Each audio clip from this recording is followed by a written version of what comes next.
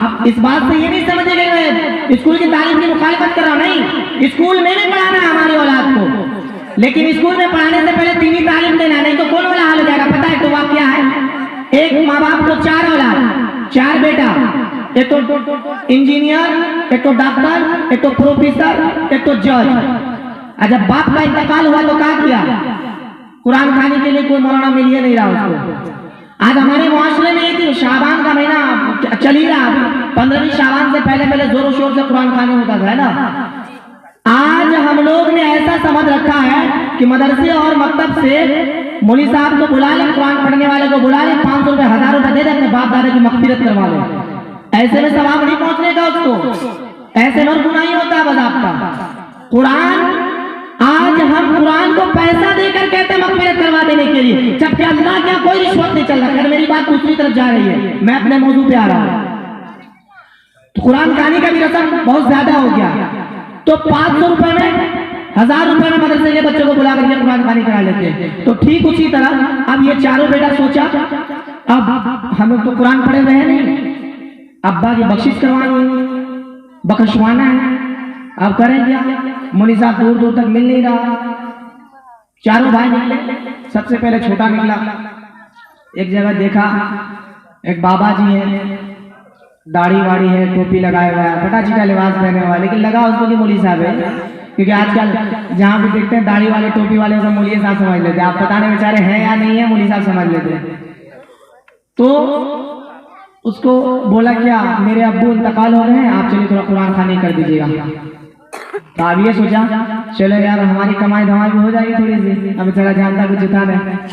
पहले तो एक बार मना किया, बोला हमारे पास वक्त नहीं। फिर जब वो लड़का बोला कि नहीं चलिए ना थोड़ा कुरान खानी कर दीजिएगा, मौलवी साहब मिलिए नहीं रहा, अब हमको मौलवी साहब लग रहा है, पक्के मौलवी साहब है। आप गया कुरान कब्रिस्तान कब्र के एक कोने पे बैठ गया, बोला हम जाने ने तू माने ने, हम जाने ने तू माने ने, कुरान पढ़ रहा है, बोला हम जाने ने तू माने ने, हम जाने ने तू माने।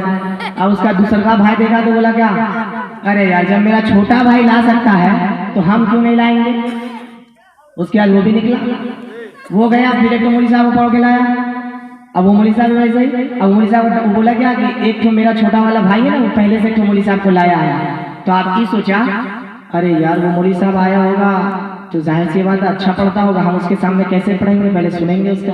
अब वो गया तो देखा वो पढ़ रहा है, हम जाने ने तू माने ने, हम जाने ने तू माने ने। अब ये बोलना शुरू किया, वहां पर दूसरा कोना पे बैठ के, अच्छा हुआ जैसे तू वैसे हम, जैसे तू वैसे हम, जैसे तू वैसे हम, यानी दूसरा मौलवी साहब, पहला मौलवी साहब जैसे वैसे ही है। अब तीसरा सोचा कि भाई जब दो भाई मेरा छोटा छोटा ला सकता तो हम क्यों नहीं लाएंगे। अब फिर तीसरा भी ले आया, तीसरा भी वही पढ़ रहा है कि जैसे तू वैसे हम, जैसे तू वैसे हम। अब चौथा को लेकर के आया, चौथा भी वही कर रहा है। तो आज हमारे घरों में ये हाल हो चुका है कि हम खुद तो कुरान की तालीम को सीखते नहीं, खुद तो हम अपने वालिदैन के लिए दुआ करते नहीं। मेरे माए और मेरे बुजुर्गों याद रखिए, मरने के बाद अगर आपने अपनी औलाद के लिए जमीनें खरीदी होंगी, मरने के बाद आपने अगर दुनिया में अपनी औलाद के लिए बिल्डिंगें बनाई होंगी, मरने से पहले अगर आपने अपनी औलाद के लिए हलाल हराम को ना देखते हुए उसके लिए शोहरतें कमाई होंगी, उसके लिए दौलत इकट्ठा किए होंगे, तो याद रखिए आपके मरने के बाद यही औलाद आपकी कब्र पर जाकर फातिहा तक नहीं पड़ेगा, यही औलाद आपके कब्र पर जाकर आपके लिए दुआए मग़फ़िरत तक नहीं करेगा।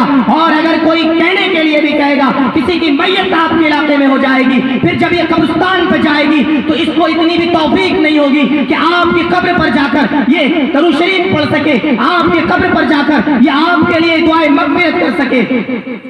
क्यों? क्योंकि आपने उसको तालीम नहीं दिया, वैसे तालीम नहीं दिया, दुनिया कमाने वाले तालीम दिया तो खाक पड़ेगा।